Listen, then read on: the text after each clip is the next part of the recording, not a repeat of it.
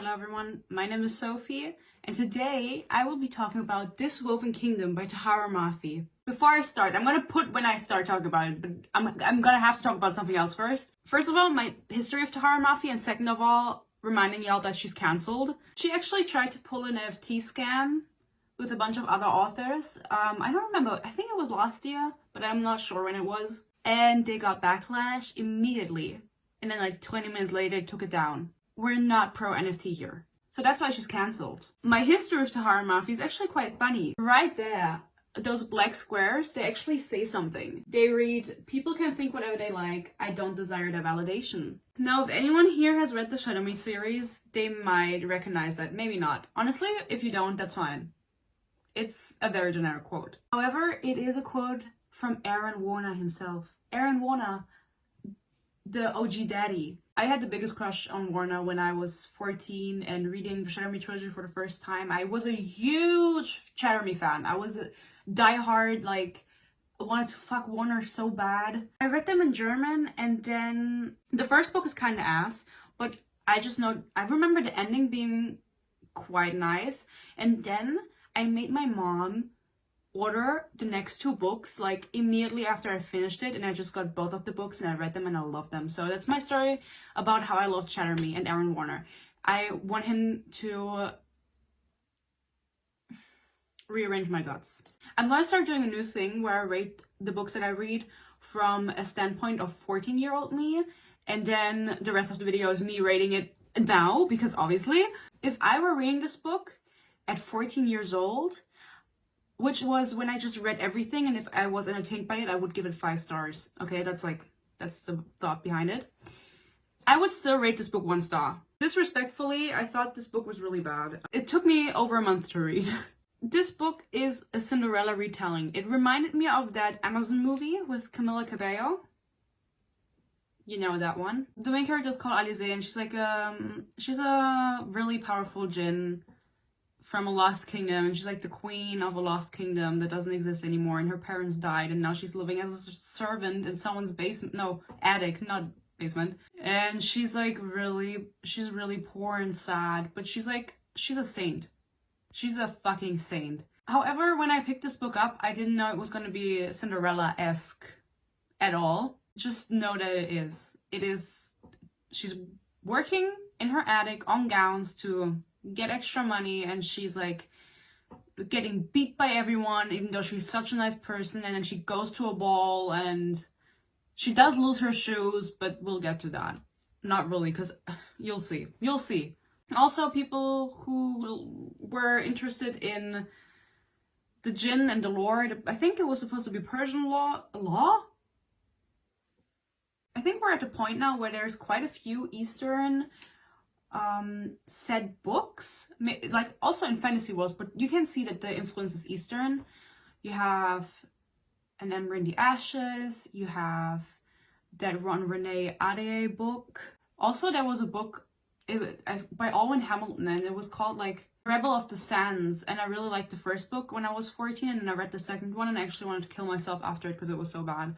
But you know, there's a lot of books that focus on my more Eastern lore now, which I think is really good. I think that they make for great stories, and so I was actually excited because it's like magic, and I like magic, you know? There's no lore in here. You don't get to see any djinn at all, or magic, until the last 20 pages, but then it's not even the main character. So don't read it for that. Now for the book. I will start talking about it. Buckle up. Tahara Mafi's writing is very exhausting, especially if you are not a native English speaker. And I thought her writing was exhausting even as I was reading the German translated version of Shadow Me when I was 14. I remember I did not like her writing at all. I never read those books in English, so don't ask me how I knew that was his quote. But there's like a post on Tumblr, I remember, that's like your zodiac sign and your Warner quote. Her writing is really exhausting, and I think a lot of people can agree on that. I feel like she tries to make her books sound a certain way. I think she's going for, and I actually have the book right here. Okay, that's crazy coincidence. She's going for a Madeline Miller vibe, I think, when she's writing, and it's not working for her. It's unnecessarily convoluted. to a point where you're just like, just say what you're trying to say and leave and go. The paragraphs go on forever and ever, and she uses words even for me, who I read exclusively in English at this point. I was like, what the fuck did she say? I have to like guess out of context clues what the fuck she's trying to say. So she was ostensibly a maid. Ostensibly? What the fuck is that supposed to mean? Just say definitely. Or for sure. Like, why are we using these words? That like there was no need for her to use those words. And I think especially in the beginning, it was really hard for me to get just into it because the writing style was so convoluted, and there were the way the book is written is you get a paragraph of monologue or inner monologue mostly, and then sometimes dialogue or descriptions or flashbacks or whatever. You get a whole paragraph about something, and then something like he sighed, she froze, he walked, like shit like that to end the paragraph, and then another paragraph starts, and the same shit repeats. I was reading the chapter, and I think the main character sighs like 3 times after the paragraph, and I was like, your life must really be exhausting. The plot is that this Jinn girl is actually the queen to the Jinn Empire, but she's hiding as a slave and being mistreated, and she gets like, I mean, honestly, I have no idea. She gets like visits from the devil himself, who was once a Jinn, so that's how that makes sense. He tells her weird prophecies, and she's really bothered by this, and okay. The thing is, it's so hard to talk about this book because what I just told you sums up all that the main character is, all that Alice is. She is nothing but the heiress to a kingdom, working as a slave, and she's reminiscing about how horrible her life is and everything every single time it's her chapter. There is nothing interesting about her. There is nothing for me to tell you about her. Also, she has really wide eyes because she has ice powers, but she doesn't use them because she has to kill like 6 people to use them.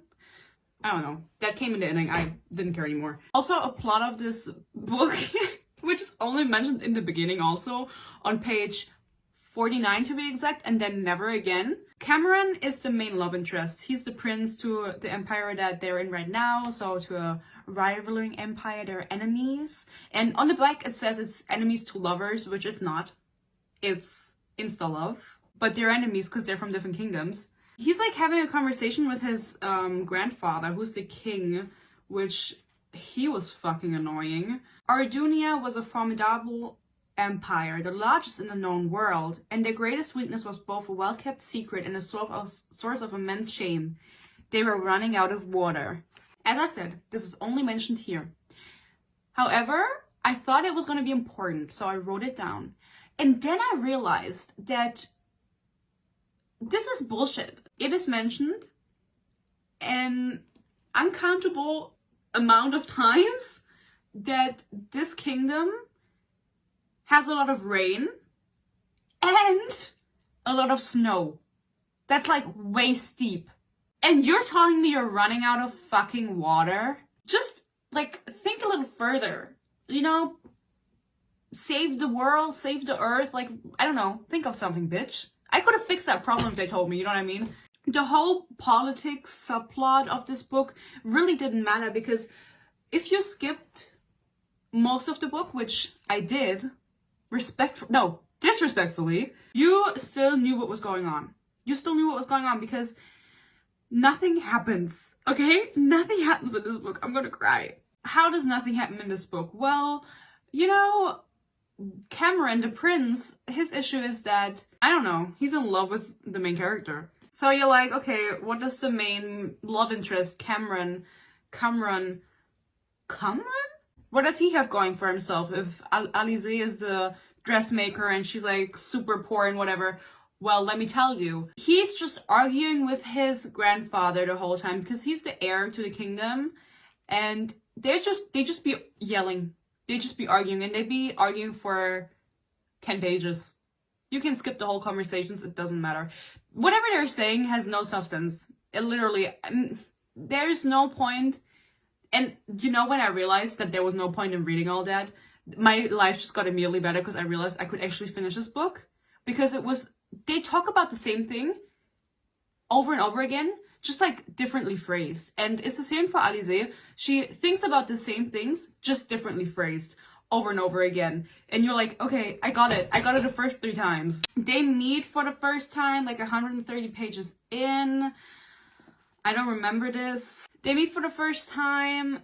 Cameron actually, oh my god, you know what? I'm gonna tell you. Basically, there's a little child, and he tried to rob Alize, but Alize is a saint. She is the best person you will ever meet in your life. She can do no wrong. She doesn't want to harm anyone. She's super peaceful. She just does her work. She doesn't have a bad bone in her body, and it's really boring. She is a really boring main character because she just doesn't do anything. She's just like sad. Same, but like, I'm also angry. There's this child, this street boy, he's hungry. He wants to kill Alize, or like he threatens her for money. And then Alize is like, no, don't do that. Here, I'll let you go. And if you're ever hungry, after he like slits her throat, by the way, she's like, oh no, you can come to the house and I can give you bread if you need it. Cameron watches this from behind a bush, like a little creep. And then that's like kind of their connection. This little boy, you know, and that's how he sees her for the first time. He gets a little sussy. He thinks she's a spy or something, and that's how everything gets rolling. And that's how he falls in love with her too. I kid you not, before they make out for the first time, they maybe spoke like 2 times. And all Cameron does is think about her and be like, oh my god, I'm so in love with her. I really want her body. Like, she's so beautiful. And I just didn't get it because they talked like once and it wasn't like the best conversation ever. It was just like, fuck off. Okay, you fuck off. I don't remember. It wasn't great. It was just boring. Public undressing of any kind was considered an act of stateliness?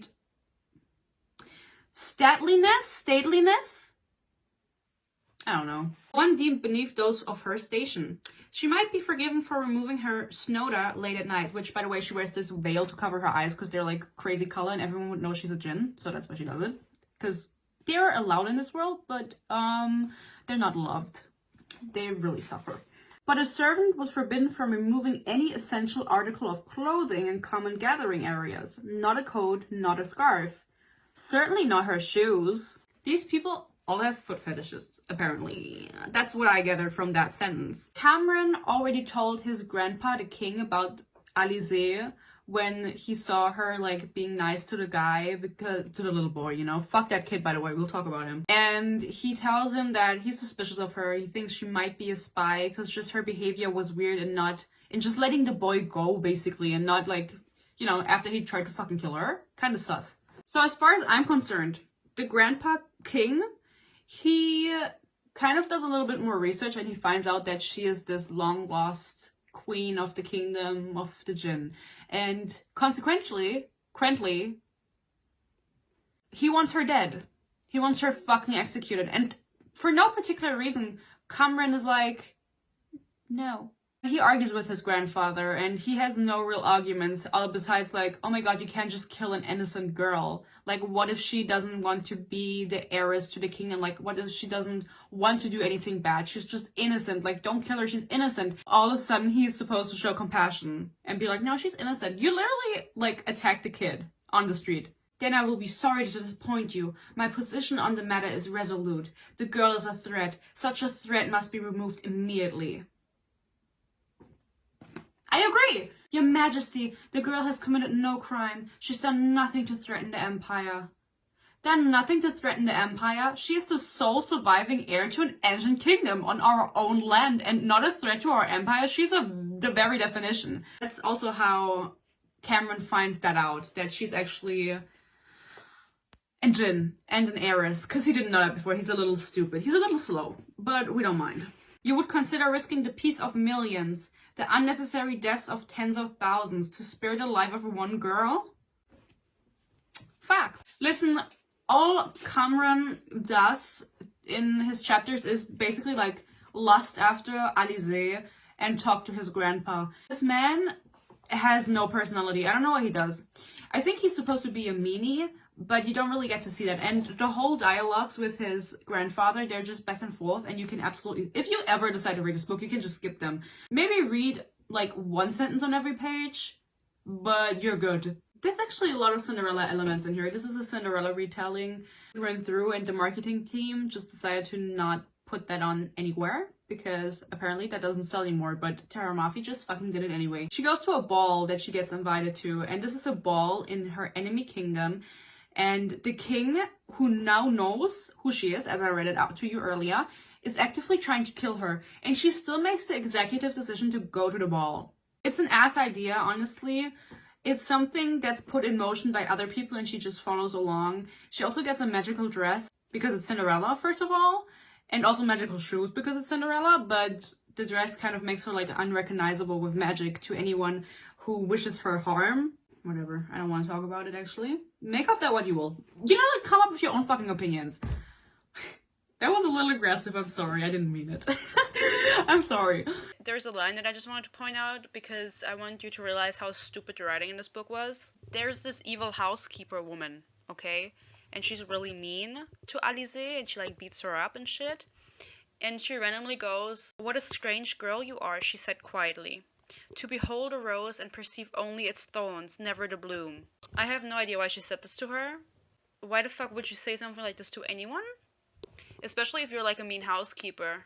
Or random as fuck is what I'm trying to say. Like, the writing was weird. I really hated Cameron in this book.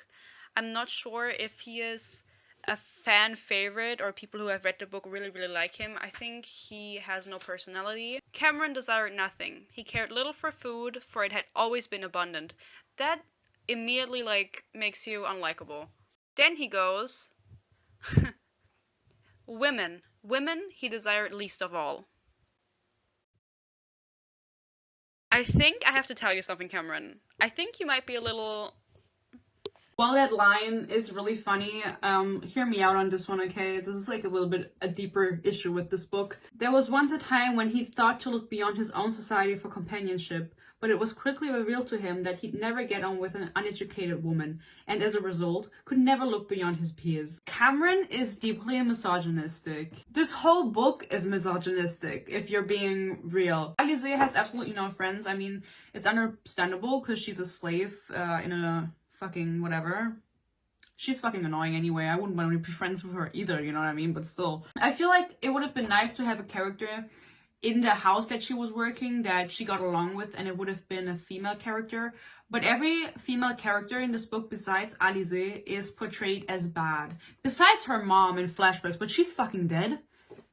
And also it's her mom, so she gets a pass. The boss lady housekeeper, she's evil. Then the woman who actually owns the house is evil.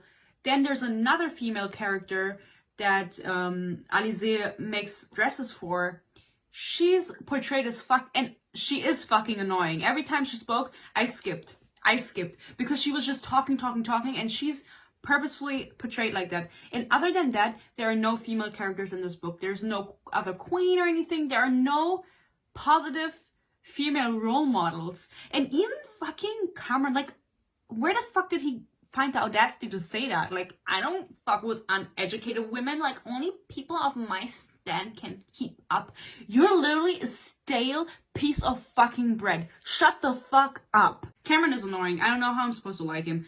He can go eat ass. Because apparently that's what he wants to do, because he doesn't like women. Go take a pee-pee in your fucking butt. Alizée meets with this woman she makes dresses for, the annoying one. And the annoying woman, her name is Mrs. Huda. We don't know her first name, but I just imagine her to be Huda Beauty, who's also cancelled, I think. But basically, Huda goes on to a rant about herself, how she's fat, she's ugly, she hates herself, and Alizée is a saint. "Forgive me truly," Alizée said again, this time quietly. "It is not my intention to be discourteous." Shut up. "It's only that I've listened silently all evening while you disparaged yourself and your looks, and I begin to worry that you will mistake my silence as an endorsement of your claims. Please allow me to make myself unambiguously plain." Why is she writing like that? Like, just fucking say what you're trying to say. "Your criticisms strike me not only as unfair, but fabricated entirely from fantasy. I would implore you never again to make unflattering comparisons of yourself to circus animals. As far as I can tell, your figure is divine. that you've been so thoroughly convinced otherwise says only to me that you've been injured by the work of indifferent dressmakers, blah, blah, blah. This is like a 5-page conversation of Alizé just, like, this Huda girl being like, I'm ugly, and Alizé being like, no, you're pretty. It's 2022, bitch. Get over it. I don't know if I need a 5-page rant or conversation like this. It really made me like, I was like, what the fuck am I reading when I read that? I was like, okay, like, you can tell her, no, you're cute. And then Huda is like, okay, thanks, but I don't think so. But 5 pages of just back and forth, like, okay, that's like me when I can't take a compliment, but I take them because I know they're fucking true, you know what I mean? As I said, there are assassins now trying to kill Alizé actively because of the ruling king, and she kills the assassins with scissors, I think, like, she has her sewing kit with her because she just came from the dressmaking, whatever, and she just pops out the scissors and some needles and she just goes. That's a baddie move, you know, but whatever. Like, keep it up, Alizé. You're the best character ever. You're the most perfect main character. Whatever. No, I won't get mad. The king tries to kill her, the assassins get killed instead, and then the king blames his own grandson, Cameron, because he's like, oh, you helped her. You killed the assassins because you didn't want me to kill her. I'm gonna kill you now. And I thought that was like kind of dramatic, but I was down for it. I was like, yeah, kill him. But he didn't. So Cameron survives till the end. I think this is their 3rd or 4th time meeting. It's at the house after Cameron visits the house that she works at because it belongs to his aunt or something. I don't know. That's very convenient to me. He visits the house in hopes to kind of go through Alizé's room, because that's what the king told him to do, like, to figure out what she was planning. Okay. Alizé actually, I think she gets like almost beat up because she spilled some water, and then Cameron is like, no, stop. You're not allowed to beat up slaves under the law. And so she just gets fired. But they meet in her room because he's trying to like go through her things, and she's trying to fucking leave the house because she just got fired. She has to pack up her things. And then they kiss violently. They like passionately make out. And it comes absolutely out of the blue. I mean, as I said, this romance is absolutely insta-love. They have nothing in common besides that he thinks she's really cute. You know, that's never happened to me. Maybe I'm just jealous. He has a magic scar that looks like a golden leaf, I think, on his chest. That's how I imagined it.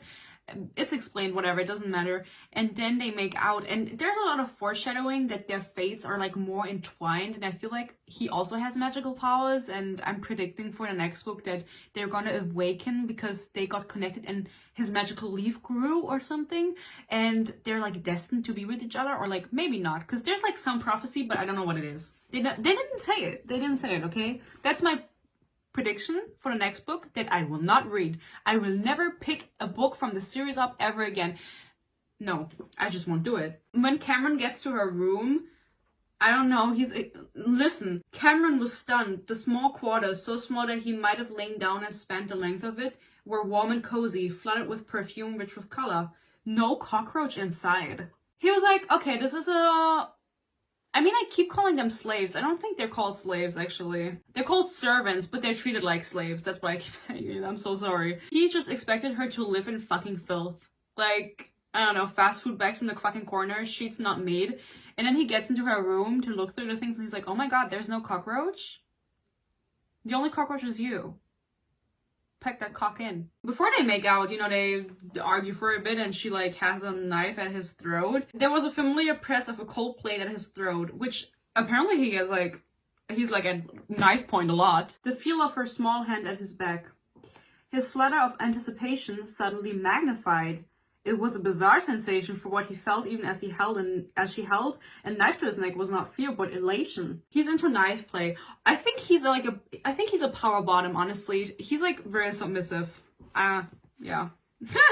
That was not the information you were looking for, but there you go. He's down bad. He's like a big ass simp, you know what I mean? But like a negative simp, because he's also he's like an incel. There we go. I found the perfect word. Anyway, they get like close because they have to hide, and then it goes, she was unprepared when he kissed her, for the darkness had denied her a warning before their lips met, before he claimed her mouth with a need that stole from her an anguished sound, a faint cry that shocked her. Shut the fuck up. He's like trying to fuck her, it's like opening her dress and shit, and then she's like, wait, we can't do this, we're like enemies, and then he's like, yeah, what, I'm horny. He's really horny. He's like, I think he's never had sex. I'm just thinking, like, if you're so down bad for her and she's down bad for you, like, just do an alliance, but that does, like, they don't think of that. I think that's not possible for some reason. We don't know it. If you really want a book where you have nothing happening for 3/4 of the book, I think this would be perfect for you, because the plot starts on page 416. As I mentioned earlier, there's this child, right? Where they met for the first time that was trying to slit her throat and shit.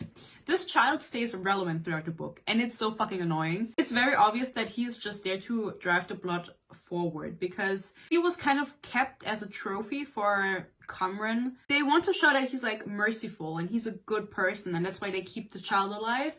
And he lives with the magical people that have absolutely no role in this book. They're called the Diviners. I think there's also a book called that.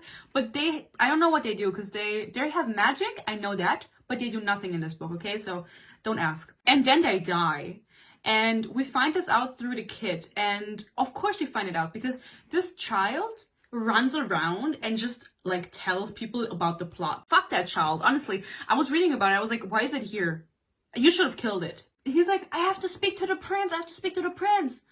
And then Cameron's like, what the fuck do you want?